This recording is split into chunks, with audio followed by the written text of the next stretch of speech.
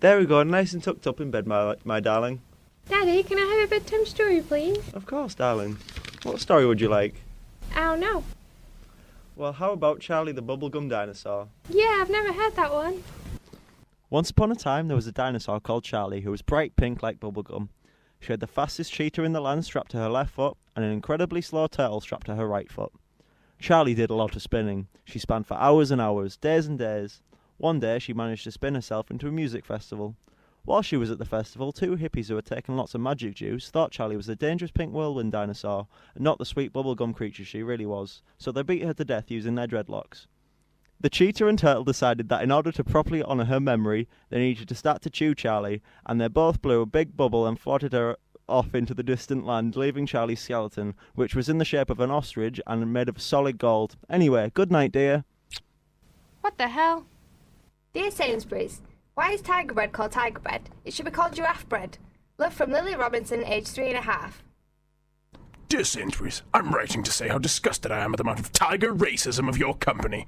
We tigers have been the face of tiger bread for years, in all variety of shops and establishments, and suddenly, because one person has expressed their dislike of our particular pattern, you've changed your entire brand. Well, good luck with the advertising, Sainsbury's, because the giraffes won't put in the hard graft we did. No, they won't. We tigers evolved claws and teeth and honed our bodies to catch our prey. Those lazy, even-toed ungulates didn't even bother to learn how to climb trees. They just grew their necks. They're lazy in their evolution. Good luck getting them to act in it for a bread advert. Yours disgustedly, a disgruntled Terry the Tiger. We've been told by the management that due to a large number of sketches that contain imaginary animals, we must stress that no imaginary animals were harmed in the making of this show, unless during the course of the show you let your mind wander and during your head tangent you killed a flock of imaginary flamingos. We can't really be held responsible for that, unless we planted the idea in your head, in which case stop being so easily influenced. This is a brief message from the management to point out to listeners that while they do not condone the massacre of imaginary flamingos, the last message was not in fact from the management. They would like to stress that while the killing of imaginary animals is frowned upon, the killing of imaginary fruit is widely encouraged. Kill as many of them as possible. They are vicious, little vitamin-enriched fiends. This is a message from the actual management. We would like to inform our listeners that the station does not condone the murder of any being, imaginary or otherwise. The management would also like to apologise for the writers milking this one joke well after its logical and funny conclusion. Roll call! Cartwright! Yes, sir. Fryer! Yes, sir. The rest of you! Yes, sir. Right! I hope we're all ready for today's exercises! Yes, sir. Left, right, left, right, plie! So, what's this got to do with fighting? You're talking like you don't think being part of the ballet regiment, soldier? No, sir! Well, shut up and give me 50 plies. You have to stamp out all this namby-pamby we don't want to do drills talk. Make them soft. Harris, your tutu isn't straight. Anyway, as I was saying, make them soft, like so. Play the tape! Come in, Bravo. This is Desert Fox. Alpha team are positioned and ready. Come in, Bravo. This is Bravo team, coming in clear. We've positioned ourselves to the south. South? We're meeting in the north. I meant north, but definitely north. You just said south. You know it's hard to tell, there's no signs or anything. Check your compass. Do we have a compass? He says we have a compass. Yeah, Sean says we have one. Check all the bags, will you? This is Desert Fox. We used code names for a reason. We have a compass, it says south is behind us. What do you mean behind him? What does he mean behind him? If we go south, we'll be back in town. Are you at the south of the compound? No, we're across from Curry's. Curry's? Yeah, the one near Dixon's, next to KFC. How the hell have they managed that? We're at the compound. I repeat, the compound. We have 47 degrees north and 21 degrees east. We're not meeting at Curry's then. Tell you what, why don't you go and get yourself KFC and get a bargain bucket? Do you mean it? Can we? You scream, we scream, we all scream. Oh my God! My arm! There's blood everywhere! Help me, Jesus! Oh God! Oh look at I scream that. And cut. That was great. Just great. Thanks, I thought so. Yeah, just a few tiny directions to try and enhance the performance. Oh yeah, of course. Well, the vocalisation's fine, absolutely fine, but we can try a quick look out and go over the lines one more time. Yeah, of course. Where would you like me to start? Just from the top of the page, should be fine. Right, will do. I would not hear your enemy say so, nor shall you do my ear the violence, to make it truster of your own rapport against yourself. I know you are no truant, but what is your affair in Elsinore? We'll teach you to drink deep ere you depart. Excellent, excellent. You see, I think that part of the speech may work better if perhaps, and this is just a thought, you aren't dressed as a crinkle-cut chip. What the hell is he playing at? What does seem perfectly reasonable to me? What did? An actor delivering lines from Hamlet dressed as a chip seemed reasonable. Well, yeah, it's obvious, isn't it? No, it is not obvious. Plus, it's made even more annoying by the fact that this is a bloody radio show. The writer is plainly trying to use visual gag. No. The writer is trying to point out the limitations of radio by using the lack of a visual medium and suddenly revealing something about the actor that had not been previously imagined. Well, it seems a bit pretentious to me, to be honest with you. Well, I agree with you there. I bet the writer ends up doing some kind of postmodern sketch where he links it to the back of the other sketch so he can show off how clever he's been. Nah, I doubt he'd do something like that. It seems a little bit like he'd be patronising the audience who didn't get it. Well, you say that, but he is just writing down everything we've just said. What if I decided to say something totally different and off script, though? But you won't, will you? You say the lines he's written, otherwise his postmodern nonsense wouldn't work. True. It's a hard life, waiting for death. There was a few of us to begin with, till they started rounding us up into groups of our own type, waiting till they have enough of us, then, well, you know what happens then. It's horrible, the things they do to us, just because we're fruits. I've watched strawberries with young, ripe seedlings being taken away and blended. I just hope I can get my message out in enough time to stop what's happening here. Because let me tell you, there's nothing innocent about it. Bananas, round up. It's time.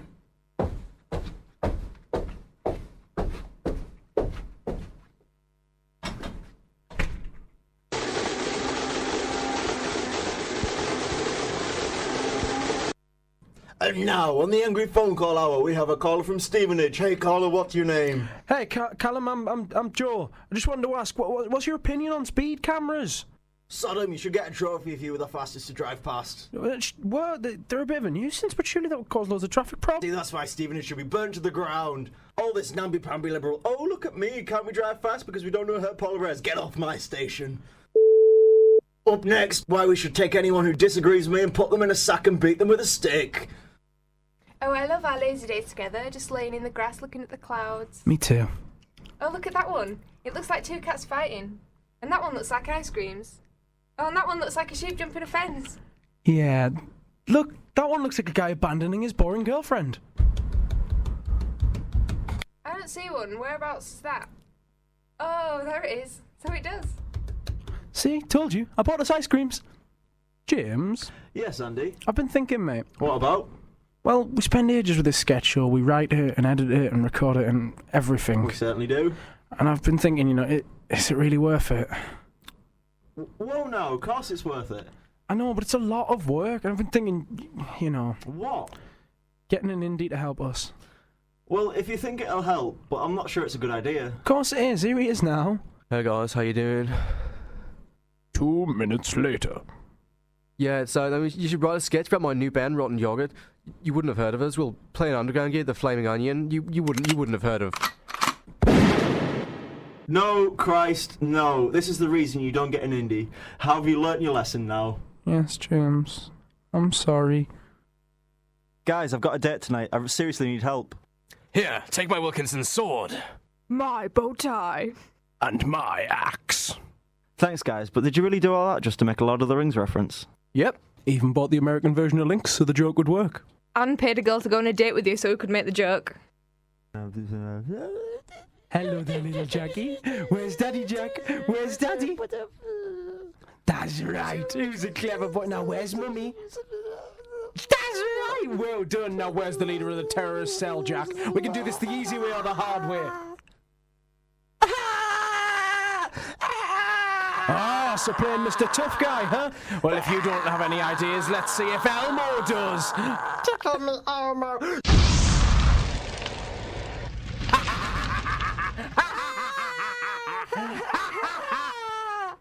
Meanwhile, elsewhere and unrelatedly, possibly in an alternate universe, it's Halloween. Yarr! Shut up, you chair leg. Yeah, do one, Captain Pugwash. Why is this not working? We make excellent pirates. We're on a budget, granted, but if you squint a little bit, this bin light actually becomes a swashbuckling suit of epic proportions. I just don't get it. I got the eye patch, the gold tooth, the foam saws, and even made this eye patch out of a hanger and some old tights. Tell me those were new tights. My mum gave me them. I'm not made of money, am I? Oh God, are you guys wearing eyeliner? How dare you? We're buccaneers endlessly roaming and pillaging the high seas as we go. You will bow down to Captain Greenwig. Wait, what? Captain Blackbeard was taken, alright? So Greenwig is what you're rolling with, is it? I should have stayed in and watched the notebook again. How are we supposed to be fearless plunderers of the endless oceans if you don't keep in character? Pirate voices on 3! On a later and probably slightly warmer night, although, depending on the part of the world, it could go either way, our fearless pirates find themselves drowning in a pool of vicious mermaids. Quite. Who is that guy, anyway? I don't know. I think he works with my mum in Safeways.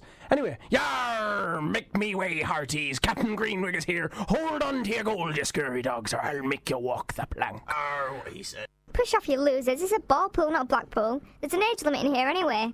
And while I can't speak for mental ages, you guys look like you should be in uni.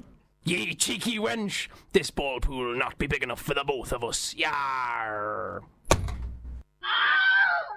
Do you think you just threw an 8-year-old girl into a ball pool? I sent the bilge-sucking wench to the depths of Davy Jones' locker. If we don't leave now, we're gonna end up in the locker. Having escaped the clutches of the evil mermaid, our poxy pirates have finally had the talk with their parents. That's right, kids. You're going to university. Shiver me timbers, we've reached the rope's end. Time to splice the main brace, old sea dog. Let's face it, we're not gonna be pirates. What trickery be this? What landlubber voodoo lies yonder by that mesmerising make life sign? All hands on deck.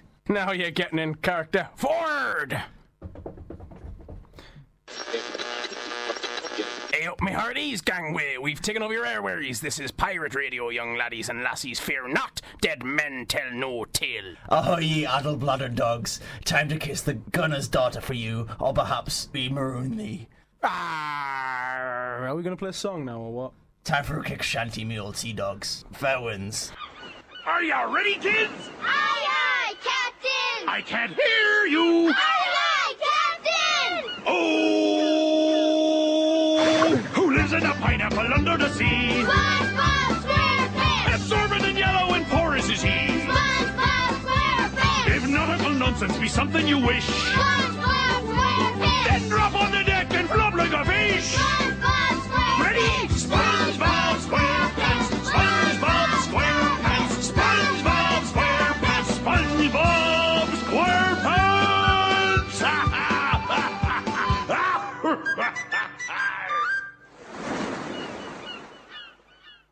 This is another message from the management. Pirate invasions cost radio stations thousands each week.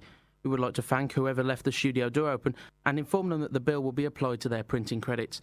Remember, just giving £2 a week will keep your airways pirate clear. Think of Peter Pan. Welcome to Mythbusters UK. This week the boys try to find out if a nod is as good as a wink to a blind horse, whether there is more than one way to skin a cat, and whether a watched kettle really doesn't ever boil.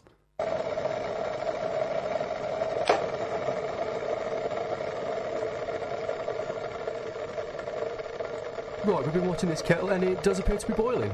Myth busted, a watch kettle does boil.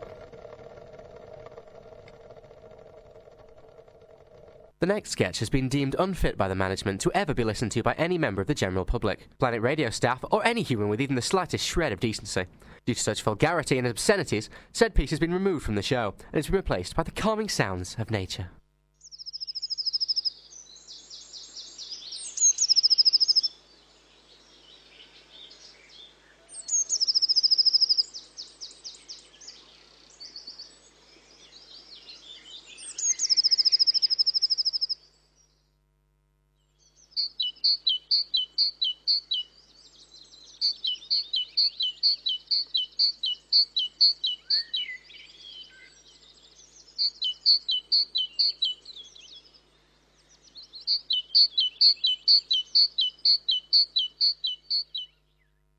The Dark Side of Dr.Seuss was written and recorded by Andy Bremner. James Fitzhenry was apparently involved. We fired Deanna Boyden out of a cannon.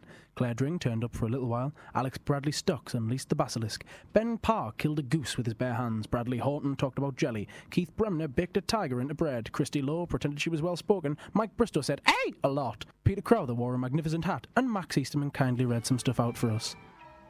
This has been a fish-based production for Planet Radio.